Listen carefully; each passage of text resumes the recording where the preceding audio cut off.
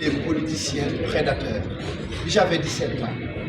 J'avais 17 ans lorsque je disais ça. Donc ça veut dire que c'est un sujet qui m'habite depuis ma jeunesse.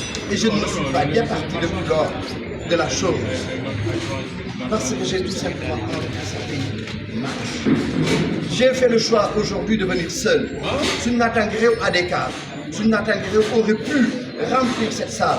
Mais c'était pour symboliser justement la solitude de la lutte contre la corruption, mais également manifester aux autres que je n'ai pas peur d'être seul dans ce combat. Parce que les Sénégalais qui voudraient que ça cesse, ils sont tant dans ce pays. Et tôt ou tard, les Sénégalais n'auront d'autre choix que d'embrasser cette lutte contre la corruption. Parce que autrement, ce que nous voulons en termes de prospérité, ce que nous voulons en termes de valeur, nous ne l'aurons jamais. Et nous serons toujours à la remorque des sociétés occidentales. Donc je n'ai aucun doute que les autres politiciens qui ont les mains propres n'auront aucune peur à nous rejoindre sur le terrain. Et ce serait pour nous un très grand plaisir et surtout pour le peuple sénégalais.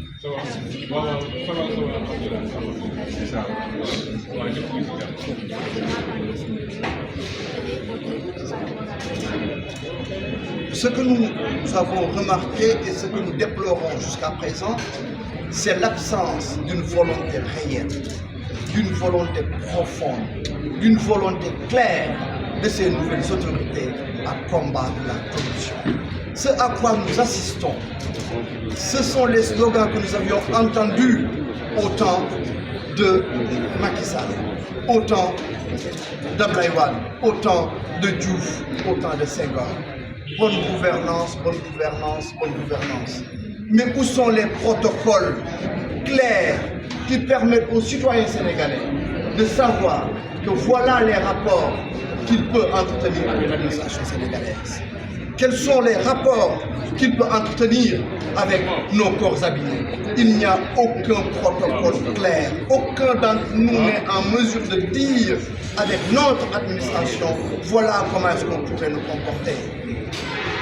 Dès qu'on a la volonté d'exprimer ou de rappeler que nous avons des droits, nos corps habillés nous accusent d'outrage.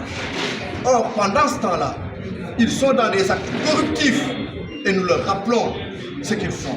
Nous leur rappelons nos droits. Et à partir de ce moment-là, nous faisons outrage.